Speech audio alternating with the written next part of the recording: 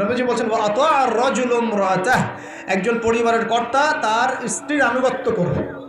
ফ্যামিলিস্ট revolution মানে স্ত্রীর আনুগত্য করবে পুরুষ, স্ত্রীর আঁচল ধরে বসে থাকবে পুরুষ। শুধু তাই না, ওয়াক্কা উম্মাহ, এবং তার মায়ের সাথে খারাপ ব্যবহার করা শুরু করবে। মাকে প্রাধান্য না দিয়ে বউকে প্রাধান্য দিবে এবং তার আঁচল ধরে বসে থাকবে। এই সময় আসে নাই? আচ্ছা, হিসাব করতে থাকেন, মিলাতে থাকেন।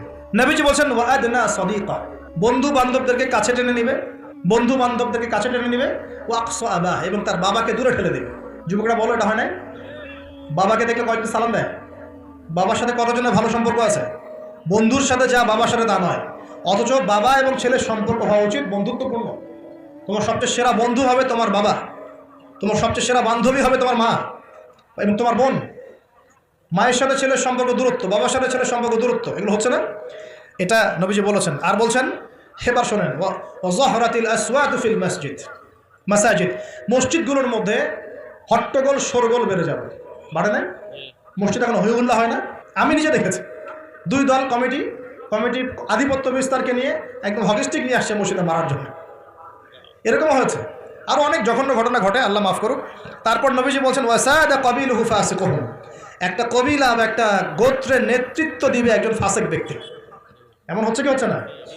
হচ্ছে। ওয়াসাদা কবিলহু ফাসিকুহুম, তাদের মধ্যে যে ফাসিক সে দিবে নেতৃত্ব। নাউযুবিল্লাহ। নবীজি আরও বলছেন ওয়াকানা যাঈমুল কওমি আরযালাহুম, সমাজের সবচেয়ে নিম্ন শ্রেণীর মানুষ কওমের জিম্মাদার হয়ে যাবে। সুবহানাল্লাহ। নবীজি আরও বলছেন ওয়া উকরিমা রাজুল, একজন ব্যক্তিকে এই কারণে সম্মান করা হবে মাখাফাতা শাররি, তার ভয়ে তাকে সম্মান করা হবে। একজন ব্যক্তিকে তার ভয়ে, তার ক্ষমতার ভয়ে, তার টাকার ভয়ে, তার ক্ষমতার ভয়ে, তার জনবলের ভয়ে তাকে সম্মান করা হবে। এমনটা হচ্ছে না? হচ্ছে।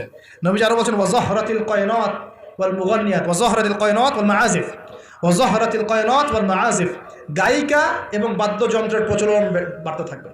গায়িকা বাদ্যযন্ত্র ব্যাপক হারে বাড়তে থাকবে। এবং ওয়াশুরিবাতিল খুমুর, এবং বেশি বেশি মাদকদ্রব্য সেবন করা হবে। ওয়ালাআনা আখিরি হাযিহিল উম্মাহ উলাহা, উম্মতের শেষ দিকের মানুষেরা প্রথম দিকের মানুষকে গালি দেওয়া শুরু করবে। এই পাপগুলো যখন সমাজে দেখা যাবে, তখন তোমরা ফালইয়ারতাকিবু, এবার ধেয়ে আসবে ইনদা যালিকা, তোমাদের দিকে ধেয়ে আসবে চারটা আযাব। কয়টা আযাব?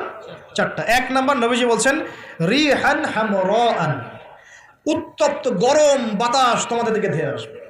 এখনো কি এসেছে? আসবে। আমি রিসার্চ করেছি, এই নাসা এই গবেষণা শুরু করেছে, সূর্য থেকে এরকম ক্ষতিকর কিছু উত্তপ্ত বিকিরণ আসতেছে পৃথিবীর দিকে, এবং সামনে আসবে পৃথিবীর দিকে। দেখে নিন, নাসাও বলছে এটা আসবে, কারণ ওইখানে হিলিয়াম গ্যাসের বিস্ফোরণ হচ্ছে সূর্যের মধ্যে। ওখান থেকে এমন উত্তপ্ত কিছু আসবে যেটা পৃথিবীকে ধেয়ে নিয়ে আসবে। আল্লাহ মাফ করুক। ওয়ারিহান হামরা, নবীজি বলেছেন গরম উত্তপ্ত বাতাস তোমাদেরকে চাপিয়ে দেওয়া হবে। ওয়া জালজালাতান, এবং এই যে ভূমিকম্প আল্লাহ চাপিয়ে দিবেন এই পাপগুলোর কারণে। আর কি হবে? ওয়া খাসফান, এবং ভূমি ধসে যাবে নিচে। ভূমি কি হবে? ধসে যাবে। আর বলছেন ওয়া মাসখান, এবং মানুষের চেহারা সুরত আকৃতি পরিবর্তন হয়ে যাবে। এটাকে বললাম যে বানর সুর হয়ে যাবে। আরও কিন্তু আকৃতি পরিবর্তনের আরও ব্যাখ্যা আছে। ছেলে এখন মেয়ে হয়ে যাচ্ছে, মেয়ে ছেলে হয়ে যাচ্ছে। দেখছেন না খবরগুলো বাড়ছে না? এটাও মাসখান, মানে আকৃতি পরিবর্তন হয়ে যাচ্ছে। আরেকটা হচ্ছে ওয়াকাযফান, এবং আসমান থেকে আল্লাহ পাথরের বৃষ্টি বর্ষণ করবেন। এই পাঁচটা শাস্তি তোমাদের কাছে ধেয়ে আসবে। কিভাবে? একটা তসবিহ দানা ছিঁড়ে দিলে যেভাবে টপ করে সব পড়ে যায় পুঁথিগুলো, এত দ্রুত এই ফিতনাগুলো আসতে থাকবে। বলে নাউযুবিল্লাহ। তাহলে ভাই কোন কোন পাপ শিখলাম? আজকের এই ছোট্ট আলোচনা আমরা শিখলাম যে শুআয়ব আলাইহিস সালামের কওমকে সর্বপ্রথম ধ্বংস করা হয়েছে ভূমিকম্প দিয়ে। যে ভূমিকম্প আমরা এখন আমাদের সামনে দেখছি, এবং আশঙ্কা করা হচ্ছে বাংলাদেশের দিকেও বড় কোনো ভূমিকম্প হবে, এটা আশঙ্কা করা হচ্ছে। এবং ভূমিকম্প প্রবণ এলাকাগুলোর মধ্যে সিলেটও আছে। আপনাদের সিলেট, চট্টগ্রাম, এই বার্মার এই রুট আছে, এদিকে রংপুর, ঢাকা তো এগুলো আছেই। এবং সবচেয়ে বেশি ক্ষতির মধ্যে পড়তে পারে ঢাকা শহর। আল্লাহ না করুক তো দোয়া করছে, কিন্তু পাপ তো ঠিকই করছে। আল্লাহ না করুক যদি এরকম 5 থেকে 6 মাত্রাটা কোনো ভূমিকম্প হয়েছে, যার উৎপত্তি স্থল বাংলাদেশের কাছাকাছি, তাহলে দেখবেন আল্লাহ না করুক লক্ষ লক্ষ মানুষ মারা যাবে। নাউযুবিল্লাহ। আল্লাহ আমাদেরকে হেফাজত করুক, আল্লাহ আমাদেরকে বাঁচাক। প্রিয় ভাইয়েরা, তবে আমরা শিখলাম শুআয়ব আলাইহিস সালামের কওম কোন কোন পাপ করেছিল যার কারণে এই আযাব আসছে। এক নাম্বার, শিরকের পাপ করছে। কি পাপ বলেন? আমরা আল্লাহর কাছে তওবা করছি, আল্লাহ আমরা যত রকম শিরকের পাপে ছিলাম, আল্লাহ তোমার কাছে তওবা করলাম, এবং আজীবন শিরক মুক্ত আমল নিয়ে চলবো ইনশাআল্লাহ। 2 নাম্বার, তারা কুফরি করতো, আমরা সমস্ত কুফরি থেকে আল্লাহর কাছে তওবা করছি, আল্লাহ আমাদেরকে কুফরি মুক্ত আমল করার তৌফিক দান করুন। 3 নাম্বার, তারা মাপে কম দিত, আমরা যারা ব্যবসা করব বা অর্থনৈতিক জীবন চালাবো কোনোদিনও মাপে কম দেবো না ইনশাআল্লাহ। আল্লাহ আমাদেরকে হেফাজত করুন, বোঝার তৌফিক দান করুন। 4 নাম্বার, তারা পাপ করেছিল অন্যের সম্পদ অন্যায়ভাবে আত্মসাৎ করতো। এই কাজটা আমরা করতে যাবো না ইনশাআল্লাহ। আল্লাহ পাক আমাদেরকে হেফাজত করুন বলি আমি। আর এই উম্মতে মুহাম্মাদি আর কি কাজ করবে যার কারণে এই পাপ আসবে? 1 নাম্বার হচ্ছে তারা কি করবে? রাষ্ট্রীয় গনিমতের মালগুলোকে নিজের করে ভোগ করা শুরু করবে। আল্লাহ আমাদেরকে এই দুর্নীতি থেকে বাঁচাক বলি আর কি করবে? তারা আমানত রাখা হলে লুটপাট করে খেয়ে ফেলবে। আল্লাহ পাক আমানতের খেয়ানত করা থেকে আমাদেরকে বাঁচাক। আর কি করবে? তারা জাকাতটাকে বার্ডেন মনে করবে, জাকাত দিতে চাবে না। আল্লাহ আমাদেরকে জাকাত দেওয়ার তৌফিক দান করবে। আর কি করবে? তারা ধর্ম বিবর্জিত জ্ঞান শিক্ষা করবে। আল্লাহ পাক আমাদেরকে ধর্মীয় জ্ঞান শেখার তৌফিক দান করবে। আর কি করবে? 5 নাম্বার, তারা এই বাড়ির পুরুষরা স্ত্রীদের আঁচল ধরে বসে থাকবে, মাকে কষ্ট দিবে। আল্লাহ পাক আমাদেরকে মায়ের হক আদায় করার তৌফিক দান করুন। আল্লাহ পাক সবার হক আদায় করার তৌফিক দান করুন, স্পেশালি মায়ের হক আদায় করার তৌফিক দান করুন। আর কি করবে? সে বন্ধু বান্ধবদেরকে কাছে টেনে নিয়ে বাবার সাথে খারাপ ব্যবহার করা শুরু করবে। আল্লাহ পাক আমাদের সবাইকে পিতাদেরকে সম্মান করার তৌফিক দান করুন। আর কি করবে সে? বলেন আমার সাথে, ভুলে গেছেন? আর কি করবে? তারপরে সমাজের যে ব্যক্তি সবচেয়ে ফাসেক সে সমাজের নেতৃত্ব দিবে।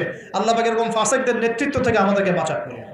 সমাজের সবচেয়ে নিম্ন শ্রেণীর মানুষ জিম্মাদার হয়ে যাবে সমাজের, এখান থেকে আল্লাহ পাক আমাদেরকে বাঁচাক। মানুষ সম্মান করবে, মানুষকে ভয় করে। আল্লাহ পাক মন থেকে সম্মান করার তৌফিক দান করুন এবং সম্মান পাওয়ার যোগ্য হওয়ার তৌফিক দান করুন। আর কি করবে? তার মাদকদ্রব্য পান করা শুরু করবে। আল্লাহ পাক আমাদের সবাইকে মাদকদ্রব্য ছেড়ে দেওয়ার তৌফিক দান করুন। আর কি করবে?